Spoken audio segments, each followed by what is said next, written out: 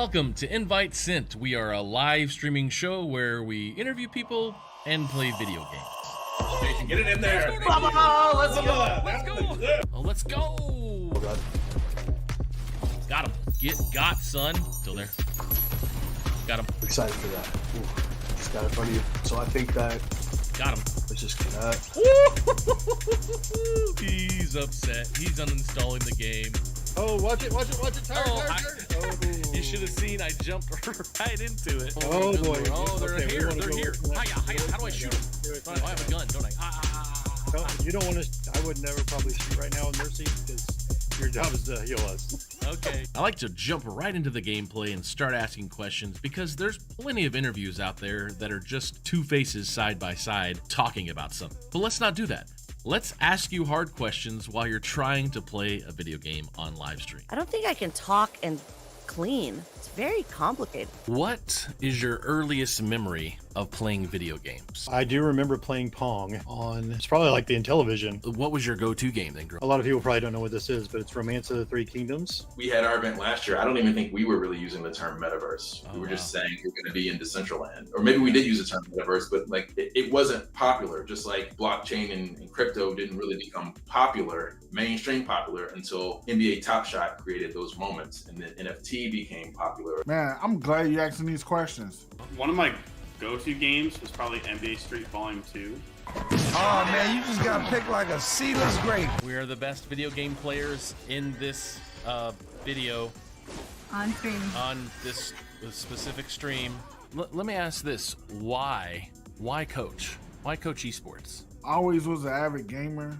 You know, I fell in love with gaming. Life happened. Yeah. Got out of gaming for a while, then went back in because of some of my students. You know, I just saw all the career and college pathways, man. And I was like, I don't think nobody else is looking at it the way I'm looking at this thing.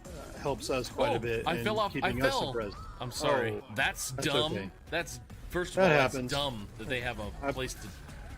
My kill cam is me? Dadgummit. Yeah, that happens in pro Overwatch. Your kill cam is yourself. Oh, I fell off the freaking thing again. There we go. Oh, I don't know how to do that. I don't know. Okay. Oh no, did you die? Oh my god. Oh gosh. Get your school into the high school esports league community. It's complete. I think those conversations are important to normalize that it's not okay, because as long as you keep saying like this is not okay, then tell me what is okay. And then having those strong females within the gaming space is also definitely a move in the right direction. I feel like my games were a little easier earlier when I had my lobbies.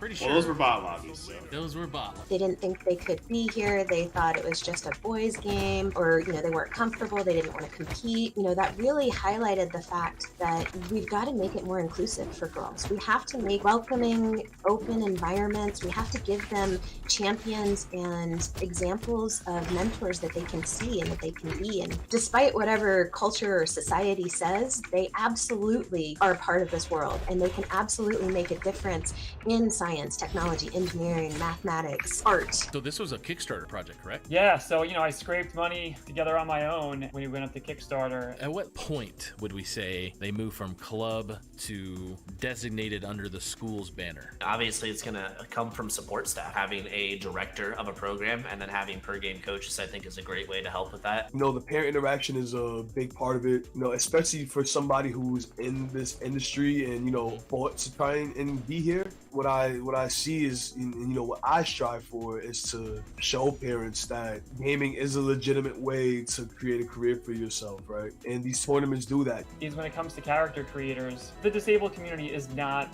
really represented in the game itself. That was something that we wanted to attack on our way in. So one of the first things we ever built was this character creator. We call them enhancements. So the wheelchairs, you've got different prosthetic, different eye colors as well. Heterochromia, different color eyes is heterochromia, which is like super common. Oh, on this one, you shoot his legs out and then he falls over. And okay, he disappeared for some reason. Okay. It's one of my favorite things about Apex is I can do absolutely nothing in this period right here. Thank you. Oh my gosh, look at this! I'm flying. This reminds me of Kingdom Hearts, which have you ever played Kingdom Hearts? Yeah. My 9-year-old big fan. So I won victory. Dad dab. Yes. I'm over here hitting R like I'm reloading my gun accidentally for some reason. I have no idea. Or C to crouch and... I said, so, hey, have you heard about esports and how it's benefiting schools and how it's doing all this for students? And they said, I've heard some of it. Well, did you know that it's happening right now and it's something that you guys can jump on board with? So I was a sergeant. I was an E5.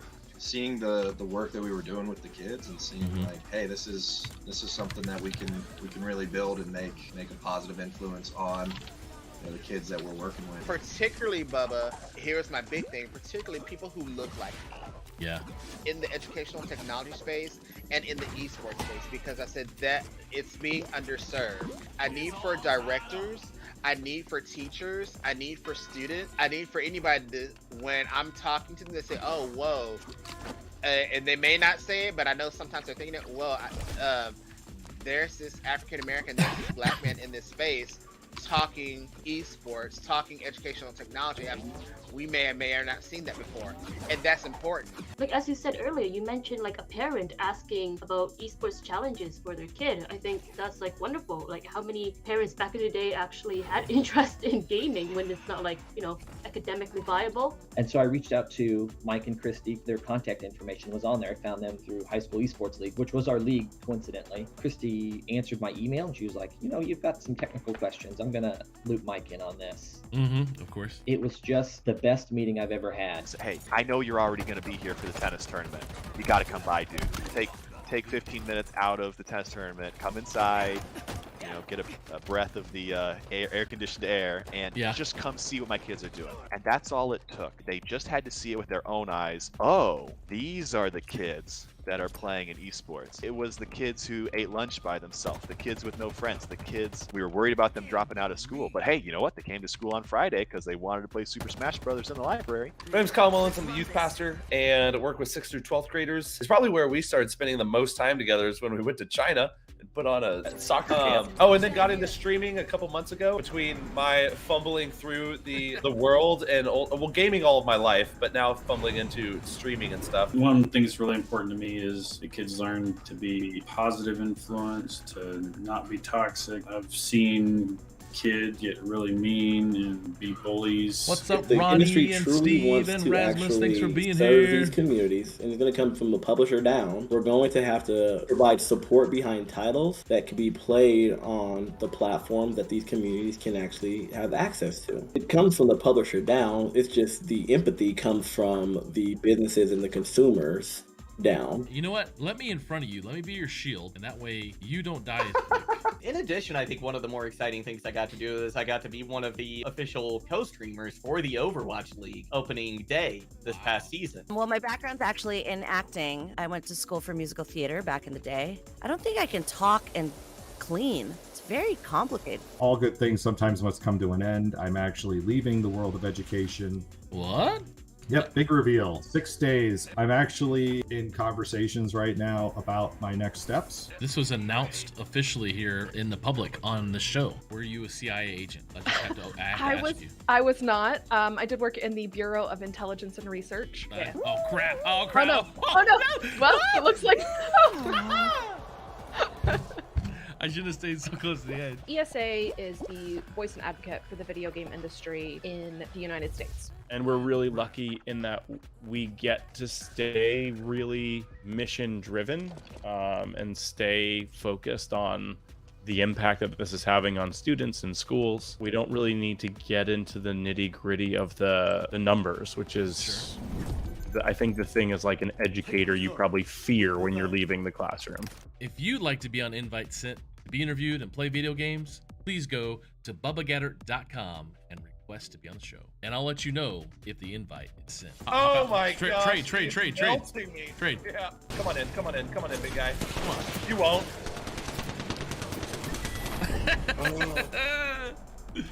How do you heal and how do you live? What? He threw a black hole at us like Thanos. You can't. That's not a button. I don't have that button. I don't have that button either.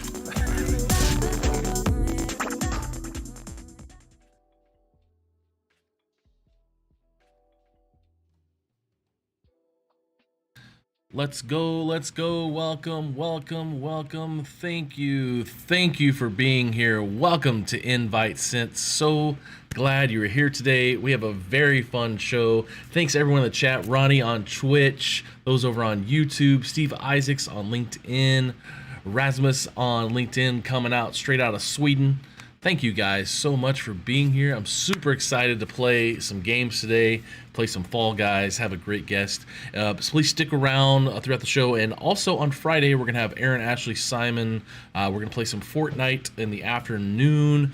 Next week, back on the show, next Wednesday, we're going to have Miss Devon. She's a really cool educator who does online coaching for like Smash Brothers and other kind of Nintendo-based games on the Switch. Then next Friday, we'll have William Walker. We'll talk about mental health. We'll play some Minecraft, which I'm super excited about. And then after that, we'll have Mike Dell from, he's the president up there, way up there north of me in Wisconsin, in the Esports Association. And lastly, is rounding out the season, we're going to have Amon Green from former Green Bay Packers, now in Nebraska, teaching and educating. And then finally, Brian Reedy with these sweet glasses. But I'm going to bring in my guest today, and we're going to play a little Fall Guys. And we're going to ready up for a match, and we're going to have some fun. But hello and welcome, Mr. Jeff Palumbo with Lenovo Esports. How are you, sir? What up, Bubba? Thanks for having me, man. Always good to talk to you. Yeah, man. I'm super excited to play a little video games with you, and probably laugh and giggle quite a bit. And hopefully, you go ahead and ready up. And so hopefully, we'll also get to talk about some really cool stuff, because I know we have some pretty fun conversations. We do. I mean, yeah. at least I think they are. I think they are. Every time we're at a show together and hanging out, they're always good conversations. So it's, not always about esports, which is also great. You got to get to know each other and see who you're working with, and we get along really well. So, but yeah, we can talk about whatever you want, man. I mean, we're gonna talk about nerdiness, like your comic book history and all that stuff. Yeah, that's fine. Talk about diversity, equity, inclusion, all that stuff you're really great at. Mix it up, man. I'm ready. Let's do this. Well, let's jump into some gameplay. Let's have some fun. So for those out there, we're going to play some Fall Guys. You're going to see us do some amazing stuff. It's interesting. I'm seeing a little... Oh, icon. Okay, I see what that is. I'm doing a fundraiser for the VEF, and there's a little... I didn't even know it was going to show a QR code at the bottom of my screen. But Lenovo Esports is there. Sweet, let's go. Thanks, man. Yeah, I might just pull that off. It has been a day since I've played this. Yeah. All right, here we go. Let's see. Oh my, I don't know if I played this mode. I played this last week with, gosh, I don't know who had the show. Oh, it was Rick Suarez from Stay Plugged In. We played. Yeah. And, I like Rick. Good dude. Yeah, I've enjoyed working with him over the past few years. But going back in history then, while we're thinking about this, what was the first video game you ever played, Jeff? The first game I ever played was actually, I'm going to have to say that was probably Pitfall. Pitfall? Oh, played. nice. Either Pitfall or Frogger. Was probably the first ones I ever actually played. Back in the Atari 2600 days, and the ColecoVision and that whole world. I think that's probably definitively where I began playing video games for sure. But yeah, that was old school. Like, yeah. Not Pong old school. But Pong was on there. But I saw that. I almost did the same thing. You got it, Spin Whiz. I turned around. Oh, there you go. Yeah. Oh no, there's only one more left. No. I'm already out. That is just. That's typical of an Atari player to not be able to run that. But that's okay. It's been a while. Playing Fall Guys, it has been a long time since playing. But I figured it would be a little less, a little more chill than us getting into Apex Legends and Fortnite and stuff like that. Out of all these games, I will say League of Legends has been the hardest to have a conversation. Rocket League that earlier this week with Miles Harvey. He was I play mouse and keyboard and I'm terrible at it. And then I guess if I would have played controller, I'd probably be okay. But it is a lot to think about, and he's just a really funny guy. So he was talking most of the time, anyways. But League of Legends is pretty hard. Fortnite's a lot easier when you got in things in between, but you got a little communication. This is kind of in between for me. Yeah. Just because it's visual, but I have no idea what this map is. I don't even know what's going on. Oh, These okay. are all brand new maps from what I remember being on. So yeah. Oh, you gotta kind of turn sideways here so I can see what's happening. This game is legit. I don't think people quite understand how difficult this game really is. Yes. Steve Isaac says he needs to be playing some more Fall Guys, and you were talking about your earliest game, the memory lane, for sure. Like, so, like, what was the console you said? Atari, but was Atari the first one you played on? Or did you play in... Atari was the first system that I played on, yep. I was 4 years old, my neighbors had it, and my parents knew nothing about it. Yeah. They just sat me in front of it for whatever reason, and they're like, well, we'll hook this up and we'll see if you know, what he thinks. And I was hooked, so I remember, you know, Pitfall, Frogger. Yeah. There were a whole bunch of other ones that were just this cartridge that you popped in, and I just couldn't get enough of it. And would just play for hours. Even when I went over to my neighbor's house, be like, let's go over there today. They're like, we're not going to go over there today. And it didn't matter. But, you know, my buddy had ColecoVision, so I would play that. And then there was the, you know, Commodore 64 was a little bit later, but that was in the mix, and it was very odd being at the very beginning of when Nintendo came out, the Nintendo Entertainment System. I remember there was just Mario, Duck Hunt, and that little robot guy that didn't play all that well, and there was a Kung Fu game. The robot guy? Yeah, there's a little robot guy that you could kind of move around, and he was supposed to be able to kind of pick up stuff in games. He was outside. You could control him, and it was not. It didn't. I don't remember. I guess I can maybe if I see it. Yeah, Mike Tyson's Punch Out. Mike Tyson's Punch Out. Oh, love that. Kid Icarus. All the old schools. And then, but the one that I think I played even for Nintendo the most was the original Final Fantasy. Now, have you carried on Final Fantasy, playing updated versions or newer versions of it on different consoles? I played through 7, and then I played Final Fantasy Online, and then you did nice. Wow. Yep. I loved Final Fantasy Online. I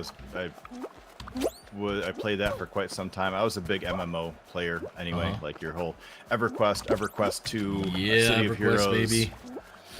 That whole thing. So I played a whole bunch of that, and then we got into the Final Fantasy Online, which was something else.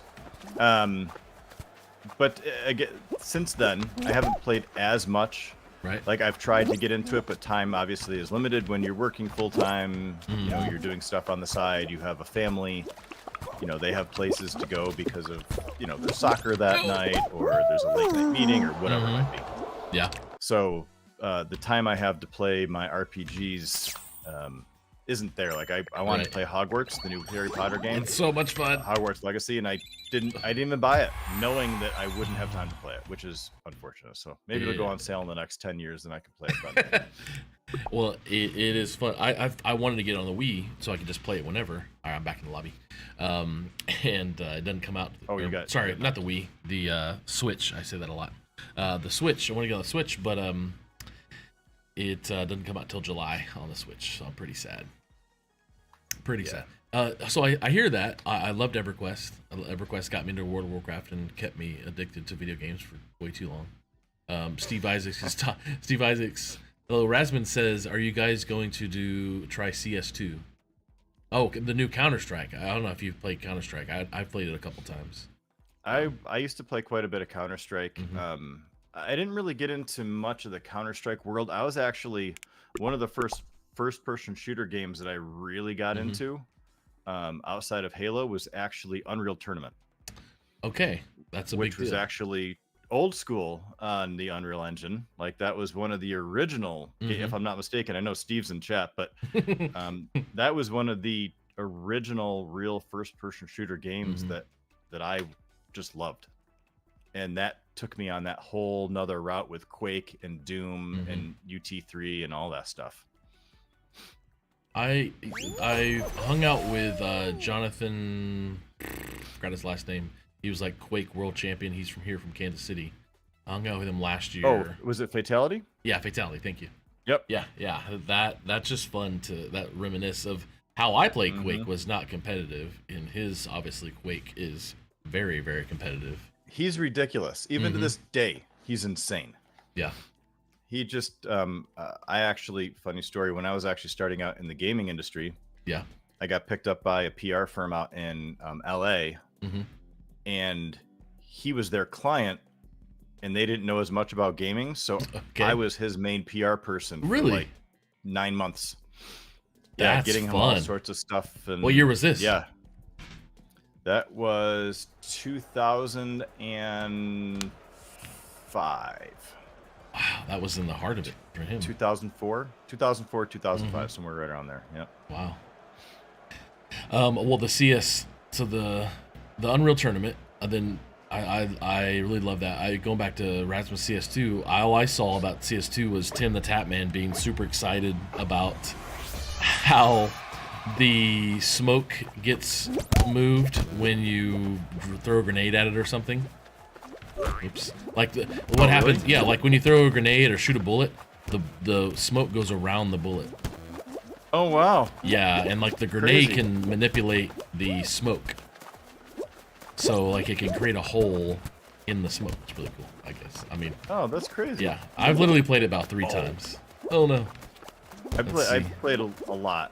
Not as much as a lot of other people, for sure, but I played enough. I mean, in this, what we'll call like the current generation of games, obviously Apex Legends is I play a lot of. And I used to play a ton of, a lot of the Ubisoft-based games were great. So I used to play a bunch of that, and then there was, I can't even think of it right now, Rainbow Six Siege. I played a lot of R6. Yeah. Steve is going back to the Last Man Standing in UT was quite the precursor to Battle Royale. Oh. That's an interesting thought, Steve. I would, of course you would have a good opinion on that. He also, so, interesting. Yeah, Battle Royale. Huh. I would think when you like Doom and Quake and Unreal Tournament, how was it? How many people were, I feel like multiplayer games with 20 people or 10 people, yeah, it could be a Battle Royale precursor. I would think. Yeah, I don't remember.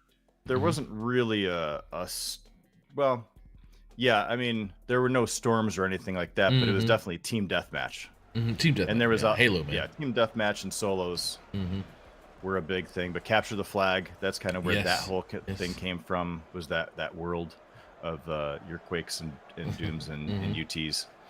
I would agree. Yeah. He also mentions the Apple II Plus. For the win. Wow. And he's Tecmo Bowl. Steve, people are gonna think we're old, man.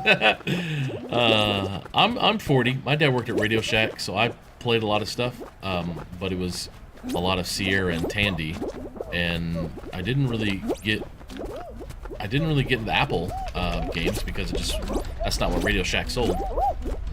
And Radio Shack was a little bit away from the Apple world. Yes, it was.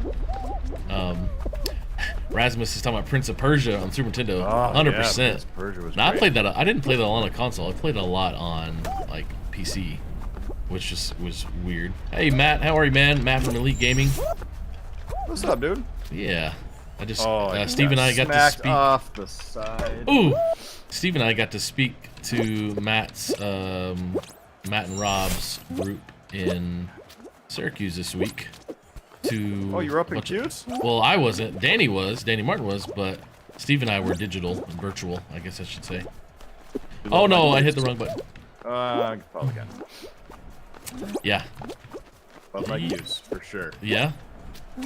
I would Even definitely. Though they once again didn't make it to the NCAA tournament, but we won't talk about that. This guy's trying to grief me. Did I make it? Did you go over the finish line?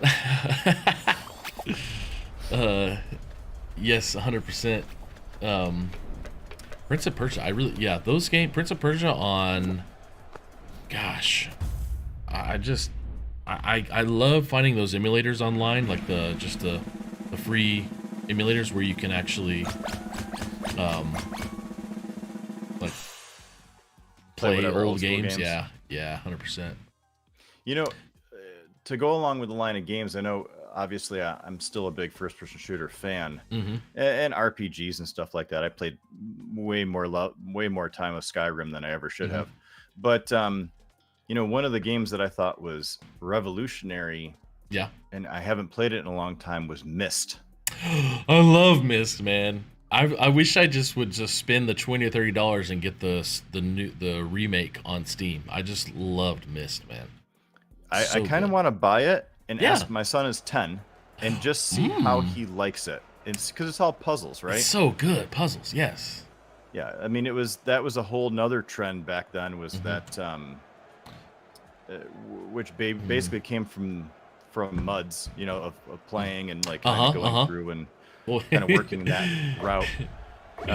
You got me wanting to read Ready Player One again over here, because it was just, they talked about that a lot. Yeah, Myst was so good and so different and so difficult. I did end up completing it, but Riven, I think, was part 2. And Riven, yes, that was really tough. I don't know if I ever actually finished Riven. I don't think I did either. About it. Let's see. Oh no! But that's really what started a whole bunch of my storytelling, and how I wanted to start writing stories was because of Myst. So okay, I want to get into that because I want to get into your SpinWiz lifestyle of your name and where that comes from and whatnot, and your creativity. As soon as I just hit this bumper and get over this, maybe that'll be I'm okay. hoping that I might not even make it to the next round, actually. Oh my god, I can't hit this stupid bumper. And Matt, you're way ahead. I'm way ahead of you. I feel like I'm so behind. There's so many people. Oh gosh. No, I think you're ahead. I just want to grab the thing. I'm gonna have to bounce a couple times. I'm getting near the teeter-totters. Oh my lord. Oh, I just fell off the teeter-totters. God, I finally made it over. I hope I'm just. Oh my gosh, there's already 5 people qualified.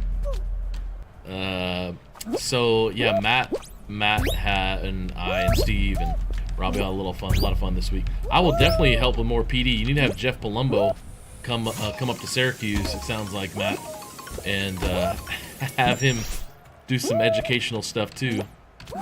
Edumacation. And he says, I'm pretty sure they have Myst on Switch. What? It's on Switch? Oh my gosh. I'm gonna have to take a real quick break and Google that. Oh my god, do we both lose? We're dead? We're done? I think I died for sure. Did you just fall off? I did. I just didn't make it at all. Okay, so let's go back to where SpinWiz comes from, because I remember when I first met you. We actually were talking about a lot of stuff, but I had mentioned my friends at the comic book that is, well, now I lost the name in my head. Golly, I forgot now. I'll come up with it. I'll remember it. But I remember talking to you, and you had said you love comic books, and somehow we got on that, and you are a comic book genius, from what I understand. Definitely not a genius. I think that's I definitely think that is very kind of you to say, but definitely not. I mean, there's people I know that can rattle off every Spider-Man, Superman, Batman story arc and all that stuff. I just happen to really enjoy comic books. Yeah. And I have since I was a kid, and not as much actually. Myst kind of got me back into, oddly enough, reading comics because of storylines. And then there was a comic when I was probably, I'm gonna say I was probably 15 or 16. That was right around that same time that Mist came out, and it was called Batman Gotham Knights. It was a 4-issue miniseries, and that got me really into the world. Like I was obviously a fan as a kid of like Superman and Spider-Man, and I had the Underoos when I was growing up and stuff like that. Yeah, and I don't have them anymore because that'd be weird. But you know, I lost them for a while, meaning I didn't really. There was other stuff. I mean, I was playing all sorts of sports, and when you're a kid, there's all sorts of stuff going on. Especially in the '80s, there was so much really awesome stuff in the '80s that you know, I still liked comics, but I wasn't really into it. And then when I got back into like 15, 16 years old, I started collecting again, and really reading it and taking different art types and styles and what I liked and disliked, and starting writing my own comics. Or own stories that could be turned into comics. And then when I was older, I just decided to go ahead and like I had written a whole bunch in college of just what would be short stories that could be fit into a comic book style, and they were very, very comic-esque. Okay. Meaning that if you were to read them, you'd be like, yeah, I can see this being a comic. Like, it was just kind of one of those, and I did a bunch of those. My buddies loved them. I was basically just writing them with a bunch of my fraternity brothers that were, you know, we were hanging out and we'd be drinking and stuff like that, and I would just come up with ideas and start writing. And that's where a lot of them actually came from, was that. So when I was, let me see, I had just gotten married, I think. Okay. Or was getting married or something like that. I was maybe 31, 32. And I came up with my first comic, and I'm like, you know what? I'm going to publish it. So I hired a guy from Marvel to draw it for me. No way. All the writing. Had an editor. His name was Bong Dazo. He unfortunately passed away 4 years ago. Yeah. But he had actually done a whole bunch of... he had done Batman for DC. He had done some Marvel stuff. Okay. He had done some Star Wars stuff as well. Wow. So great artist. And then so I wrote it. I had like 3,000 people read it, which was unheard of back then, because you know, this is 2010, and Kickstarter then and now aren't even the same thing. Right. So I put it on Kickstarter. It failed miserably. And I was like, okay, so I figured if I had this much background in marketing and strategy and stuff like that, and I couldn't make it work, other people must have as well, and they did. So I opened up my own comic book distribution platform for indie comics on the side. And I run that on the side to this date. I mean, it doesn't take as much time, obviously. Then it was setting it up and getting everything done. Yeah. Now it's just out there, and I work on it at night and when I can, and got about we have almost 100 publishers with us. So wow. Wait, fun. So what's the company name, so we can put it in chat and where to find it? It's called Spinwiz Comics. You can go to SPINWHIZ comics.com. Spinwiz Comics. Yep. So it's mostly indie. There's a whole bunch of print on there now as well from different companies. So we're a lot of fun stuff on there. We have an app, so you can read it on the app if you want to read it. Really? Is that a common practice nowadays? I don't know. I haven't read comic books in a while, but is that like something that's like you create one in paper, but then you make it digital? Is that like a? Oh crap! I got eliminated. They bumped me off. Oh shoot! I got the troublemaker code. A lot of people. Not the app. I mean, I made the app because it's part of a company thing. I just wanted to make sure that people could access content wherever they wanted. So we have the app, we have the site, and then if they want to purchase print, they can. If they want to purchase digital, they can. If they just want to read digital, some of the stuff's up there for free from different publishers. And then, like I said, there's a ton of print up there that is unreadable because it's from like Marvel or Boom or Valiant or something like that. So there's lots of fun stuff up there, and it's more of a passion for me. You know, it doesn't take up as much time anymore. So it's just kind of fun. My buddy Brad here on Facebook, he says, is there descriptive comics for people with blindness? Like, I guess Braille comics, or I don't know. Or converted? There are, not on my site, there's not. Mm-hmm. But there definitely are more descriptive comics for sure. Mm-hmm. Did you make it, by the way? Because I did not. No, I fell underneath the thing and slid and died. So yeah, I'm back out of the lobby. All right, I am too.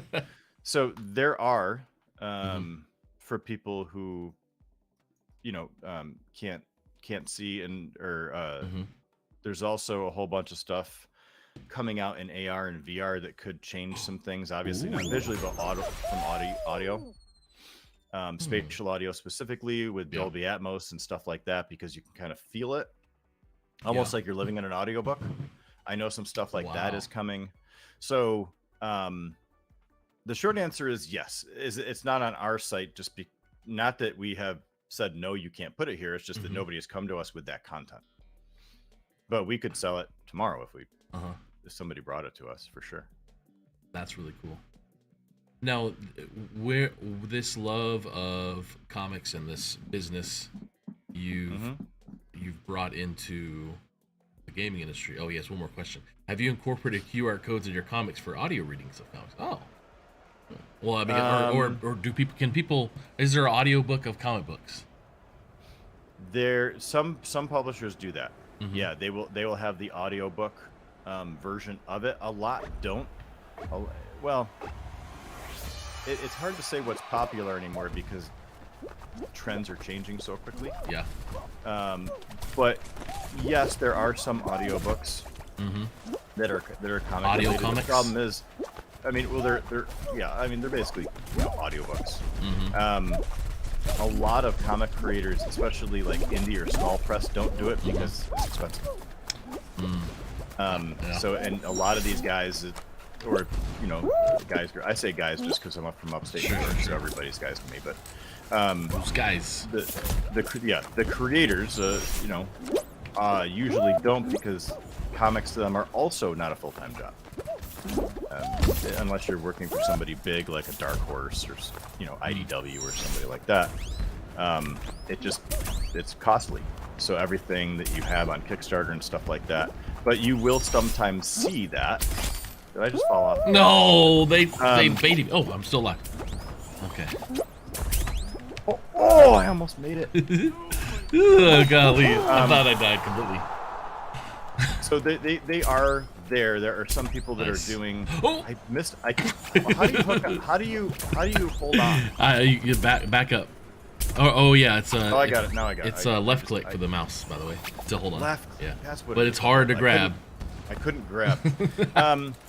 So there are some people are creating as part of their Kickstarter like the radio versions of comics, like the old school shows. Yes, I love they those. were on radio, and I know some people are doing that, but it's not commonplace. It's the comic industry is so odd, and there's so many people that can do it.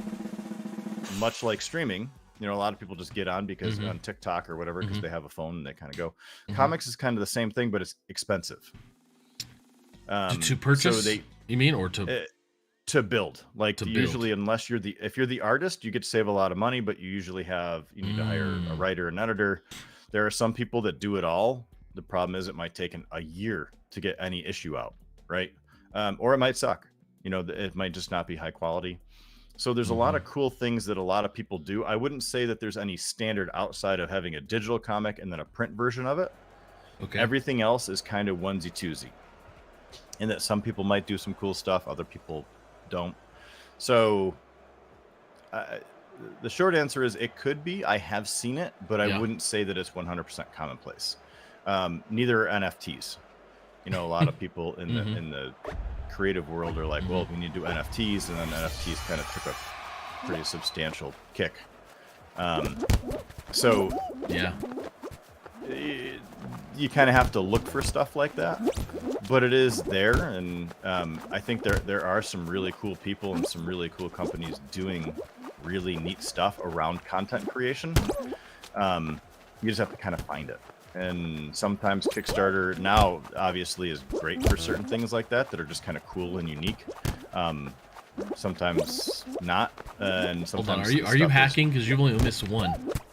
You've missed two. I just got super lucky. So lucky. I might actually come in like first. Yeah, you're almost there. Second. Did you make it? Did you Yeah, qualify? I was like fourth. Yeah. I was following you. There's lots of cool stuff out there. There's lots of cool stuff that I would love to do. And I just don't have the money or time for it. A lot of people on Kickstarter that they're like, hey, I made 30 grand. When you talk to them after taking out how many hours you worked on it and how much cost there is to the print and everything else that they're putting together for their stretch goals, they make like $20. So wow, the comic space, and I didn't really know any of that, but having been in it for about a decade now, it's just kind of stuff you pick up and learn. I honestly think that comics and video games could really step into the world of augmented reality very quickly and very easily. It's just, again, you need somebody that has that kind of cash. I have the vision, but you need the cash in order to really back up what you're trying to do, and then it has to be accepted. Meaning people have to actually use it. Otherwise, it doesn't matter how good of a idea it is if nobody's actually going to use it or whatever. We've seen a lot of there's some apps that allow for kind of like I don't want to say moving, but more moving based apps or moving based comics that kind of flow. They kind of look like almost like frame to frame type stuff. Those kind of are great, but they still haven't caught on, right? They're more of like just fun entertainment, not viable revenue drivers, right? So I don't want to say gimmicky. Gimmicky is not the correct word, but 90% of all sales in comics are print. So you kind of have to go that route. How do you feel I totally was trying something different that match and I totally died first. Oh, I actually got in. I saw. I'm gonna watch you. I'll let you focus here. But I do want to ask, while you're doing this, because this is part of the show, what do you think about comic books into action-packed movies? How is that for you? Are you a fan of that? I am. I think a lot of the stuff that has come out recently, I think, shows just how great and popular comics can turn into something special that hasn't been seen before. Yeah.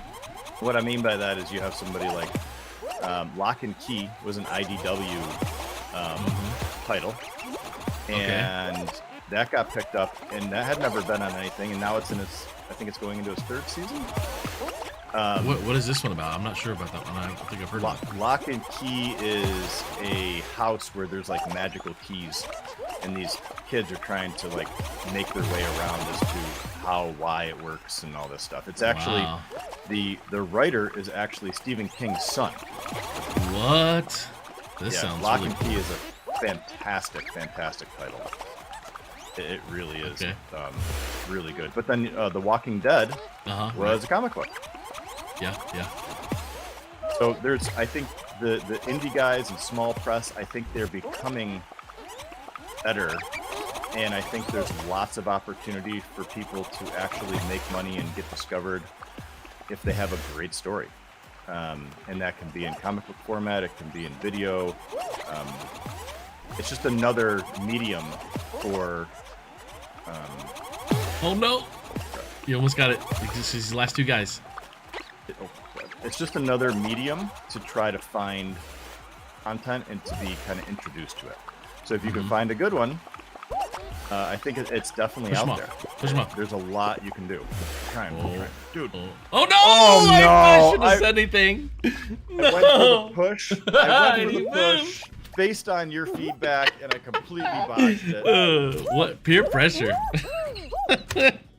So, I'm but so yeah, sorry. in that indie space, there's tons of great content, and I think that's what Netflix and Amazon and all these other guys, they understand that Hulu, they understand that exclusive content is what brings people to their platform, to their app, and they really need that. And we might be trying that in the future as well. Yeah. So there's definitely a lot for it.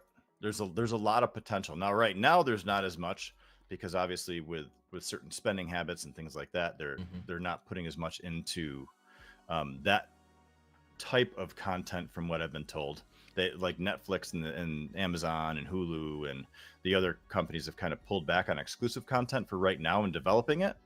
But I think you're going to see a resurgence in that because it's basically all this really, really great content that's not Marvel and DC, that's not along a certain line, that people are thinking different, and it's just fantastic. So I think you'll see more of it in the future. Who knows? Maybe my title, when I reboot it, it'll eventually be on Netflix. How cool would that be? Okay, that'd be awesome. Yeah, maybe someday. Okay, I like that. Well, I'm glad. What's up, Elijah, over on YouTube? What's up, buddy? What's up, Elijah? So, okay, I love this. Well, sorry, you almost won. I talked you into trying something that I've never done well, and my fault. Well, maybe you were just hoping that you could see me do it well. Yeah, that's all. Such a positive outlook. Yes. Yeah, I mean, I got top 3. This is the 3rd time playing in years, so I mean, I see that as a win anyway. Elijah, it's all long about time silver no talk. lining. Silver linings. Oh, Silver Lining Playbook. Good book. Good movie. Okay, we got 20 minutes left here. I want to highlight and talk about Lenovo Esports with Jeff Palumbo at the helm. All right. Tell me, where before Lenovo Esports, you were doing something a little different at Lenovo, but it kind of formed into Esports, right? What's the history actually, even before I got to Lenovo, I was actually with a company called The Escapist. And they are, if anybody remembers, Yahtzee Croshaw and Zero Punctuation, like we were kind of the guys that found them. They had brought me out after getting my MBA from Syracuse. They had kind of brought me out, and I was doing some PR for them, and then they liked what I was doing, so I helped The Escapist magazine to kind of become something. I mean, it was already good, but I really was doing a lot of their marketing, branding. They were expanding as a brand, and that was awesome. You know, I was there for 4.5, 5 years. Did a lot of really cool stuff. Worked with pretty much every AAA publisher known to man. And then they end up getting sold or purchased, and Lenovo had picked me up as like a merch person, and then they quickly moved me into operations management. And then I was there for a couple of years, and then my executive director and the now like executive senior vice president of ecom came to me, and they're like, hey, we want to launch, you know, the Y series is just the Y series. We want to really launch it as its own gaming brand. You're the only one at Lenovo that has professionally worked in the games industry. Do you want to do it? And I was just like, yeah, like that's awesome. So, you know, I created Lenovo Gaming, which was the community version of that. Right. And then when was that? What year was that? That was 2007, I think. 2008. Wow. No. It had to have been later than that. 2000 and had to have been closer to like 2012 or 13. Was this in? So you talked about why it was created, but like, was it in reaction to, just the PC gaming culture growing, or wasn't? I mean, it was already there, but what was the reaction to creating that whole department? Well, Lenovo had seen that there was an increase in the Y series product, but it wasn't necessarily directed towards gamers. It just happened to have a back then it was like a GTX 90 card, or not 9 GTX 960 or maybe 960, yeah, something like that. It could have been even something smaller than that at that point in time. And they found that there were people that were buying it. So, but for gaming, and it wasn't really meant to necessarily be a gaming machine. So they kind of knew that something was going on there. And then I was like, yeah, there is. You know, they're gamers. And so we had a whole, I mean, there was probably 8 or 9 months of discussion before any of this even kind of came up. But they knew that something was there and that people wanted more. We knew that we had competitors in the space. We weren't really, Lenovo as a company wasn't really competing in this particular area, which was weird because they were still like the leading PC manufacturer in the world, and they weren't in gaming, and they're kind of like, that's weird. So this kind of got them into it, and it's been great. I mean, Lenovo, the Y series and Lenovo Gaming eventually became Legion, which is what the product brand is now. That's both the community and the program. And then I was basically stayed on as after we launched Lenovo Gaming and it became Legion. I stayed on as their engagement strategist globally. I was doing a bunch of the partnerships, a lot of the streaming. I had, with all the influencers, stuff like that. And then I left for a little bit because a director position had popped up. That didn't work out too well. So I came back to Lenovo as an analyst for North America Ecom. So I was doing a lot of the analysis and then strategy based off of analysis. Yeah. And then my old boss, Rich Henderson, was in the EDU space, and he's like, Jeff, we have an opportunity. A lot of schools are asking about esports and education. Was that like 1918? When was that? That was 2018. Okay. 2018. And then in October, so he's like, hey, why don't you, no, I take that back. It was early 2019. Okay. And he's like, a lot of people are talking about it. Lenovo, I want to design something that really helps, to get into this space. We don't know enough about it. Can you help us? And I'm like, sure. So that's when I started. That's when I built Lenovo Esports, and we kind of started going along this route. But the funny story about Lenovo Esports was Lenovo in its own right is the #1 PC manufacturer in the world overall, right? So it's not just gaming, just in general. And when I had to pitch my idea of what Lenovo Esports would be like and how we're going to talk to customers and what they really need. It's like a big strategy. And I'm in a group with executive directors and, higher up people way above my pay grade. But they had to sign off on this strategy. And when I went in, I said, what we're going to do is we're actually going to focus on consultation and services and solutions that really help schools onboard the proper programming so that they can be successful, whether it's 6 PCs or 600, it doesn't matter.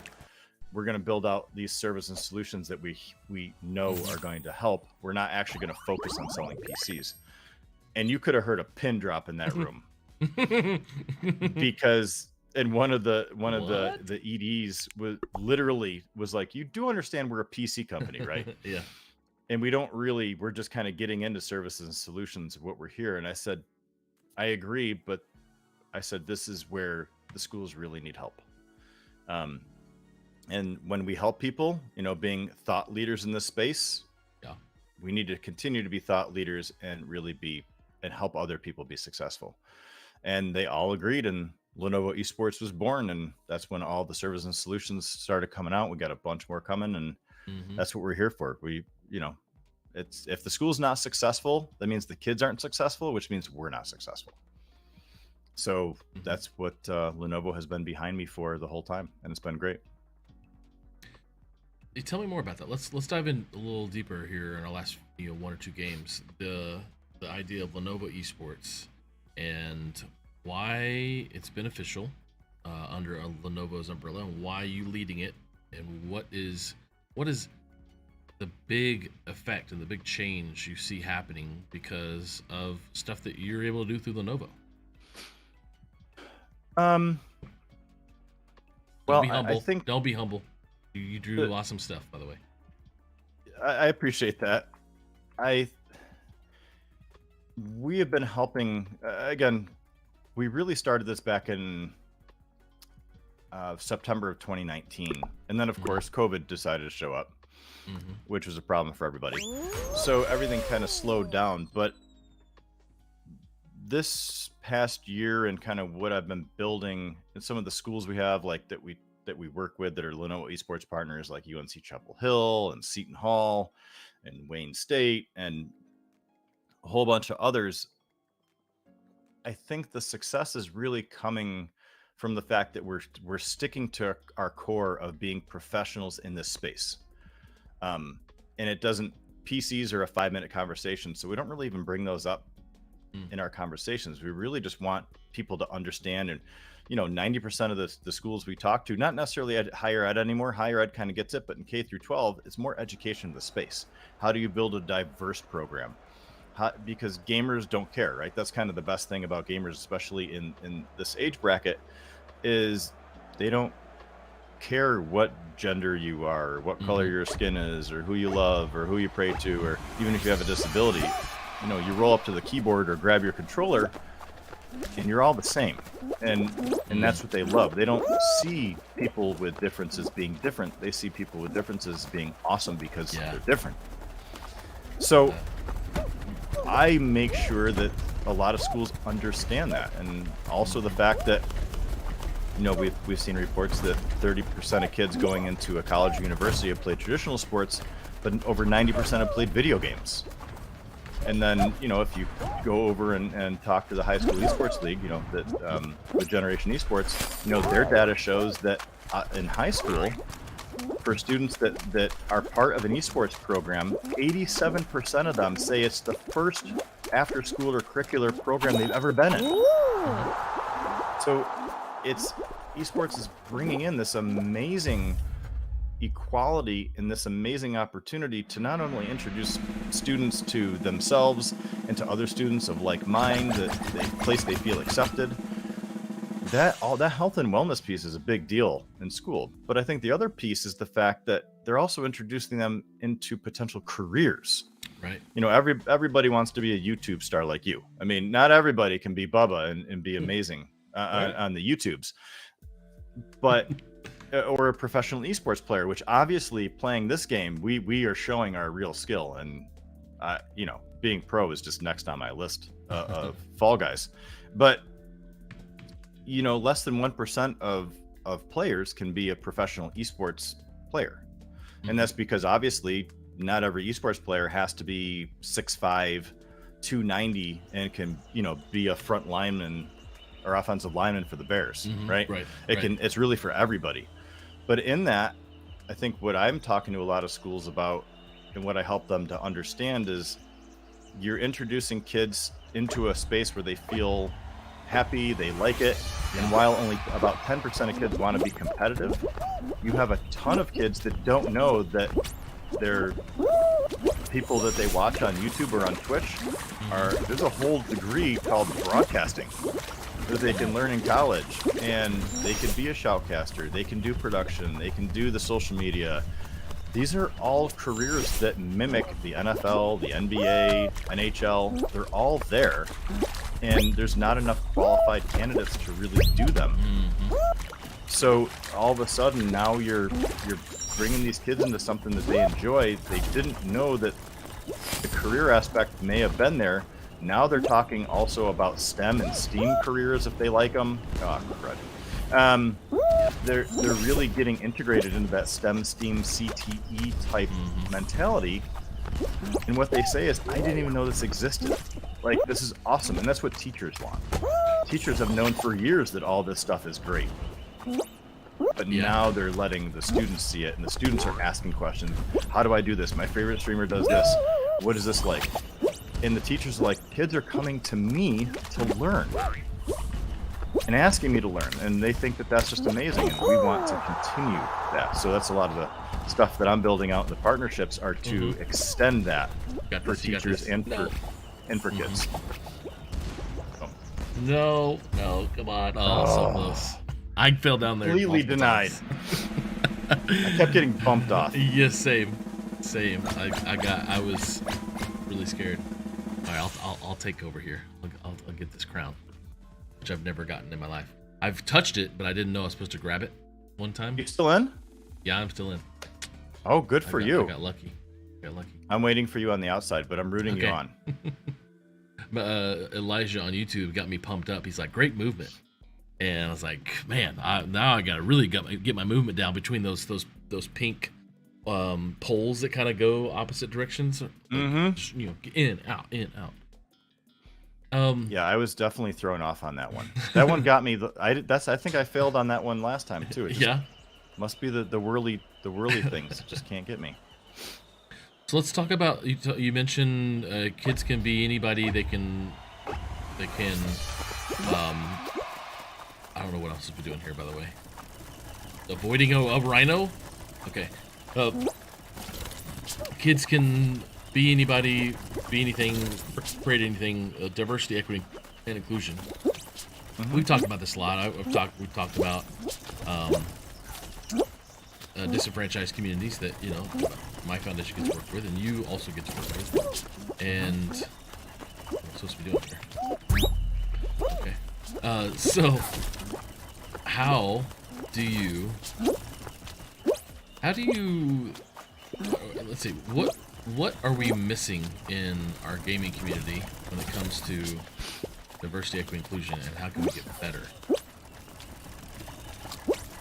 I think the diversity and inclusion is really having to come from the upper management at schools, understanding that if you create a safe space for kids that they feel as though they have commonality, then you get to do, or excuse me, the diversity kind of comes out, right? It becomes something. And I think a lot of schools are very focused right now on curriculum. And in my professional opinion, most curriculum is not to the standard that it needs to be, and not because there are pieces of curriculum that aren't good, but people are confusing curriculum as a after-school activity or an elective or lesson plans, and it's kind of muddying the waters as to what curriculum actually is. The spectrum of what curriculum. That's right. And then there's no standard, right? In chemistry, we have standards. In physics, we have standards. In biology, we have standards. You're saying in esports there's no standard? In gaming, there's no standards yet. In esports, there's not really in a way to teach it. There's no real standard yet. Now, there's some great programs, like Gerald over at NASEP does a great job with his program from a curriculum perspective. Chris up in Garden State has a great curriculum for New Jersey and what he's doing with his Garden State program. You know, Dr. Mike and Dr. Christie over at Generation Esports, amazing. They're doing some great stuff, and none of those are the problem. It's just that they're differentiated. So it's almost like choosing what language to learn instead of saying that everybody speaks the same language, and that will come with time. We have to remember that esports in education is relatively new. You're talking maybe 5 years, 6 years. Like if you look at UC Irvine, at Full Sail, and Guildhall, and some of the other older programs like Boise State, but you're still only talking like 5-6 years. So what's going to happen in the near future is that you're going to start to find that there is better curriculum, and that's going to help move students from high school into college, because college will pick up the secondary piece of that curriculum, right? The other piece is the fact that a lot of schools want to start curriculum immediately, and I tell them that that's a bad idea. Right. And it's not a bad idea because of the lack of potential curriculum. It's a bad idea because they don't know who the student base of learning is yet. Going back into like high school, you know that in your senior year, your junior year, you have to take chemistry, right? It's a given. Well, in esports, it's probably going to start as an elective or an after-school learning, and you don't have to take it. So what you have to do first is you have to build that program and see who's part of it, which then brings you into, hey, what do you want to learn? What are you looking for? And again, it goes back to my point of a lot of students are coming to teachers saying, how do you do this? I want to learn this, et cetera, et cetera. That's what you need that group for. That's what you need that diverse group for, that's growing, that feels accepting of everybody, because they will tell you what they want to learn, and that helps the teachers, even in baby steps, to start onboarding what programming they might want to teach. Something that I'm working on is something called bridge classes. Bridge workshops. And what those are is teaching teachers how to teach within the esports world by knowing what they already know. So an example of that is North Carolina has a design program like Design 1, Design 2, Design 3 in high school. And a lot of that revolves around Adobe. So it's the Adobe suite, right? You have InDesign and Photoshop and those things. The teachers are more than qualified to teach everything in Adobe. What they don't know is how things in Adobe are being used in esports. So I'm developing a program which actually helps them with that. So that even if they might not have an actual curriculum, if somebody comes up to them or they're helping with the after-school program, then or they're in the CTE world and they know that a student is focused on esports or loves gaming, they know, hey, this is how, you know, the effects that you showed me on YouTube from your favorite streamer, you know, like typical gamer or whatever. The transition they use is actually in After Effects. Yes. We can show you how to do that, or here's how you do it. Right. As we influence and help the teachers to understand that they're not really teaching anything different, it's just a subsection of it, I think that we're going to see massive success. Yeah. Because the teachers won't feel as though it's not something that they don't want to, not that they don't want to be part of, that they feel it feels foreign to them. Schools will start to embed curriculum into that when there's actually like a timeline, like within CTE, in STEM, hands-on learning during the day, using it after school in their program. And then all this new stuff coming up with AR, VR, mixed reality, crypto, metaverse. Right. All of this really cool stuff is CTE and STEM for these kids, and they're literally on the bleeding edge of it. So there's so much potential that I'm not saying I ever wanted to go back to high school, but my son being 10, the stuff that he will be introduced to and will be commonplace to him by the time he's 18 is stuff that we can't even fathom.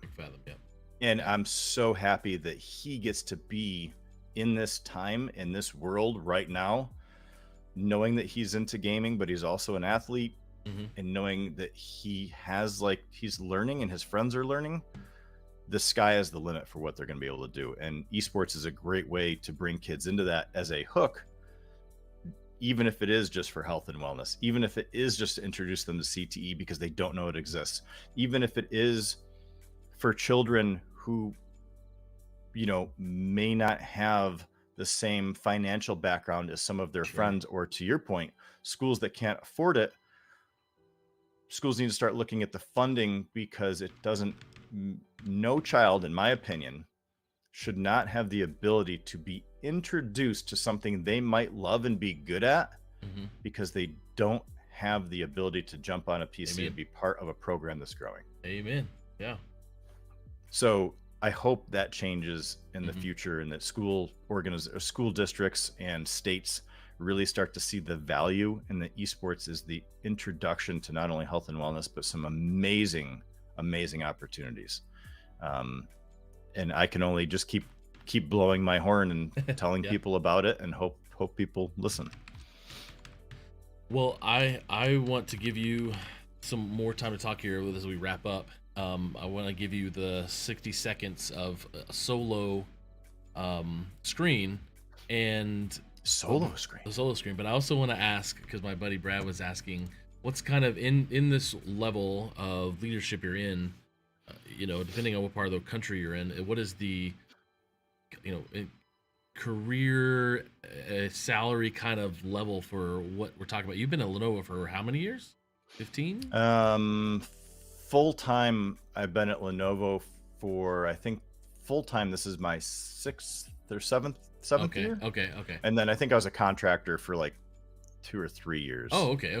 Gotcha. In and out of contracts, but still with Lenovo. So overall, I've been with Lenovo for over a decade. Yeah. All right. Okay. So expected pay in this kind of level of leadership across the country, what kind of salary ranges are we talking about?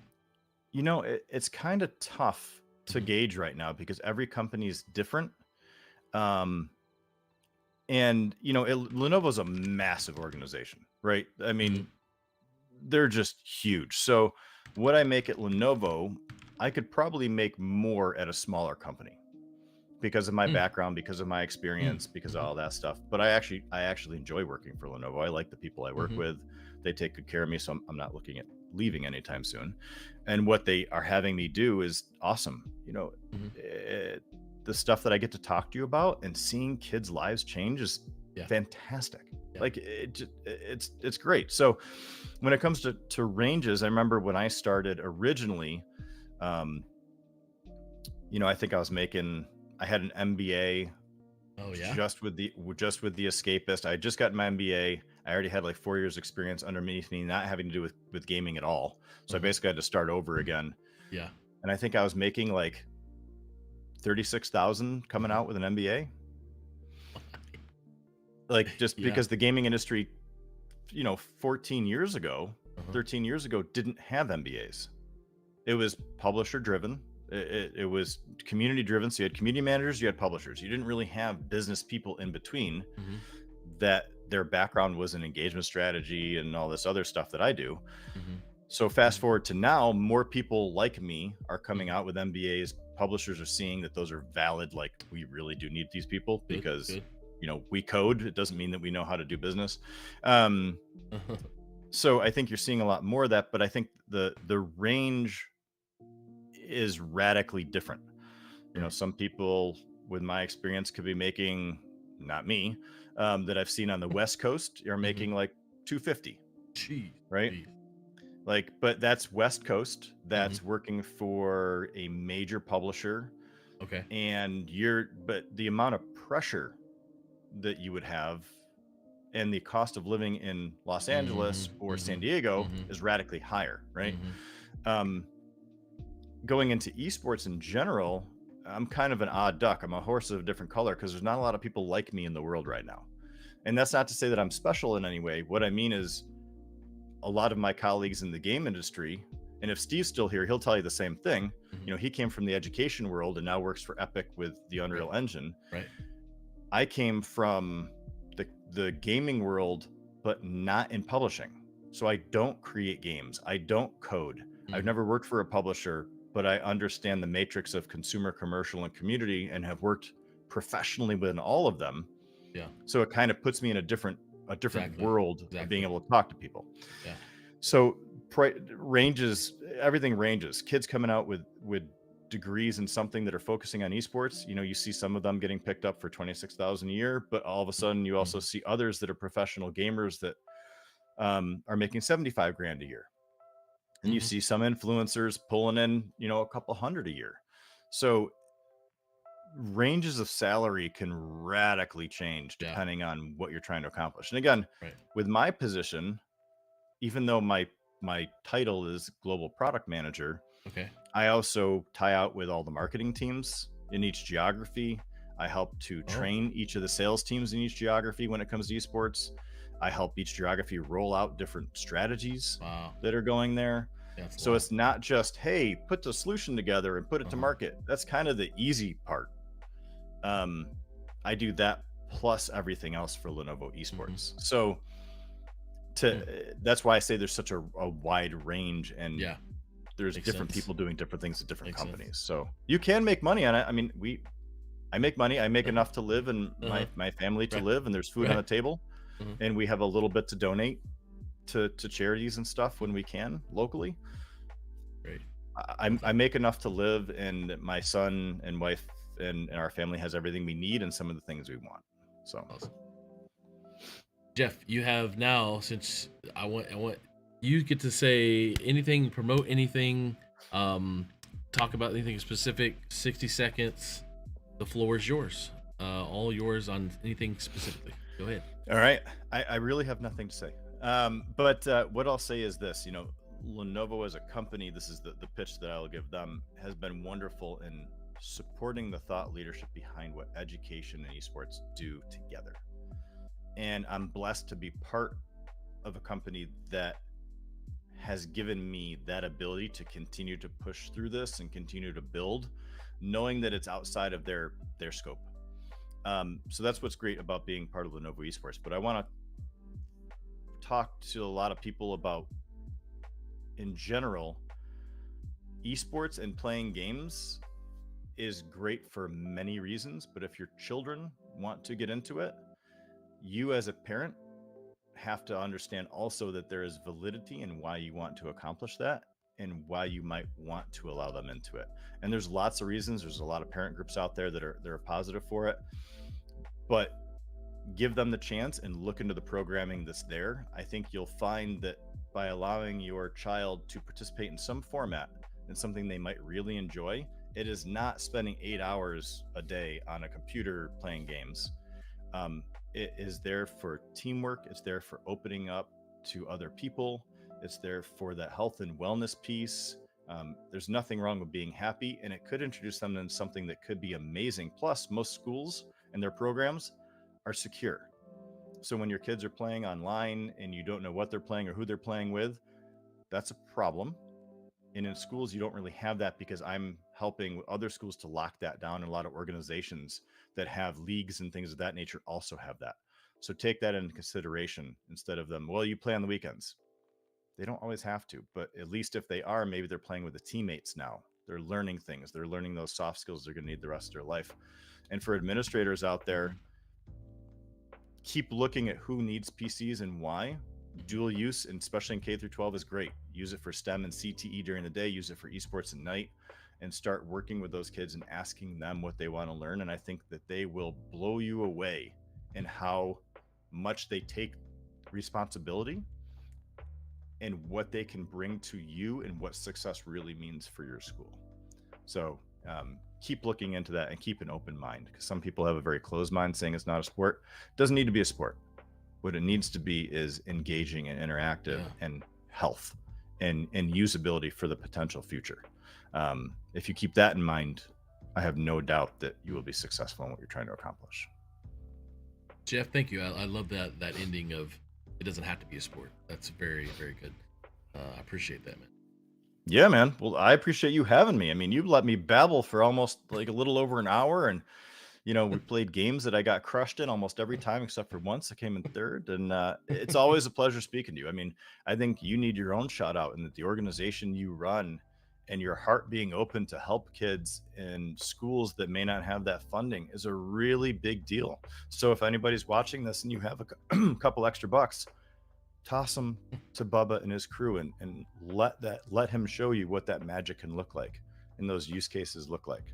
So I think what you're doing is absolutely amazing. So please keep it up. Jeff, man, I appreciate you always. You want to hang out in the control room? I'm going to shut down the show and I'll come chat with you there. Yeah, buddy. Thanks everybody, you, and thanks for having me again, man. All right, everyone. Thanks so much for being here. Thanks, Jeff from Lenovo. Thanks, everybody in the chat. Elijah sticking with us on LinkedIn. Brad over on Facebook. I'm sorry, Elijah on YouTube. And on LinkedIn, Steve and Rasmus and Matt. Thank you guys for being here today. A ton of fun. A ton of great conversation that could go on for hours and hours. But please come back on Friday in the afternoon. We'll be playing some Fortnite with Aaron Ashley Simon. And we'll see you then. Stay amazing. Be awesome. Bye.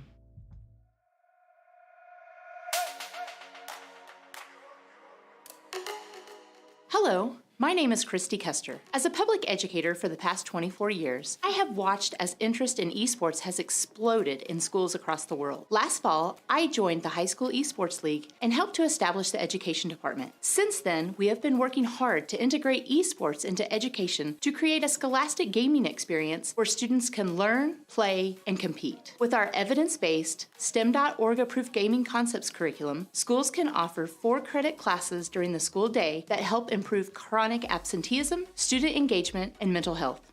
As a senior health advisor for High School Esports League and a former ER physician, I see the incredible need for supporting mental health in students in today's schools. In fact, schools that are formidable crossroads where pervasive and persistent decline in youth mental health now intersects with staff burnout. This has not been a sudden problem, but rather one we've seen over decades. The American Academy of Pediatrics announced in 2019 that 1 out of 3 students meets the criteria for generalized anxiety disorder before graduation. And the CDC reaffirmed that between 2009 and 2019, 2018, depression increased in adolescents by roughly 40%. The most telltale sign that grabbed all of our hearts was when the Surgeon General announced in December of 2021 that female adolescents increased their visits to the emergency departments around the nation by 51% for suicidal ideations. In the face of this, schools are desperately seeking solutions and ways to support those that struggle with mental health challenges. Now, these statistics that I mentioned are averages. We know there are some cohorts that are at higher risk, particularly those students who do not feel they have a safe place or a legitimate connection to school. That's where esports represents a tremendous opportunity. Students who are not currently involved with sports, music, arts, and traditional extracurriculars are left with minimal opportunities to make a connection. Yet many of these students find connections to their friends and other social outlets through online activity, including gaming. So, Scholastic Gaming represents an opportunity to leverage an area of interest into a legitimate class that meets state standards and expectations, all through an evidence-based curriculum that can simultaneously support self-esteem, self-efficacy, and life skills in many kids who desperately need it. Hi, my name is Michael Russell. During my career as a teacher, I was fortunate enough to have the support of my administrator as I began the journey to establish the first 4-credit Scholastic Gaming course in the nation. At HSEO, we have the resources and data to help you speak with your administrators about the impact that Scholastic Gaming and esports can have for your students. We have strategies that can help you with acquiring technology and curriculum, such as ESSER funds, grant applications, and partnerships. The High School Esports League has invested significant resources in helping our education partners, and we are excited about this opportunity to help you establish Scholastic Gaming in your school.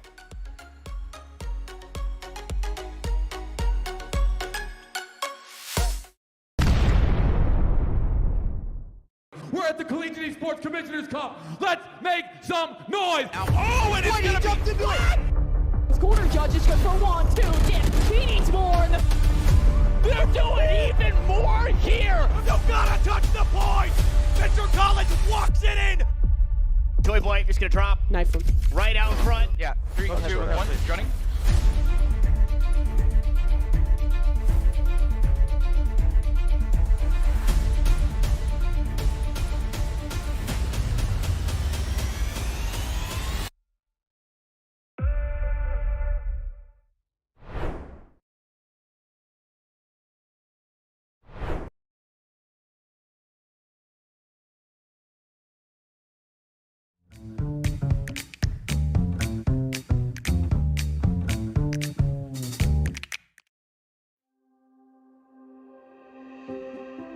Life is busy. Every day we ask questions like, what's happening today? What should I wear? How am I going to fit everything in? But then there are bigger questions like, why am I here? What's my purpose? Where am I heading? Is there more to life than this? These are some of life's big questions, but there's rarely enough time to think them through. That's why Alpha exists. Alpha is a place to explore life's big questions in a safe and open environment. It's a series of sessions where anyone can share their thoughts and opinions and ask questions without feeling judged. When you come to an Alpha, you'll notice that first, there's food. Whether it's a full meal or a light snack, this is the time to get to know each other in a casual setting. Next, you'll watch an Alpha Talk. The talks are created to engage and spark conversation. They explore big issues around faith from a Christian perspective. After the talk is a time for discussion. This is the most essential part of any Alpha. It allows everyone to share their own opinions on the ideas presented in the talks. It's a time for people with different thoughts, beliefs, and experiences to ask honest questions and have open conversation. Every week, there are guests coming for the first time to an Alpha in their community. Alpha is for everyone, regardless of background or beliefs. There's no pressure, no follow-up, and it's completely free to attend. Come and explore life's big questions. Find an Alpha near you today.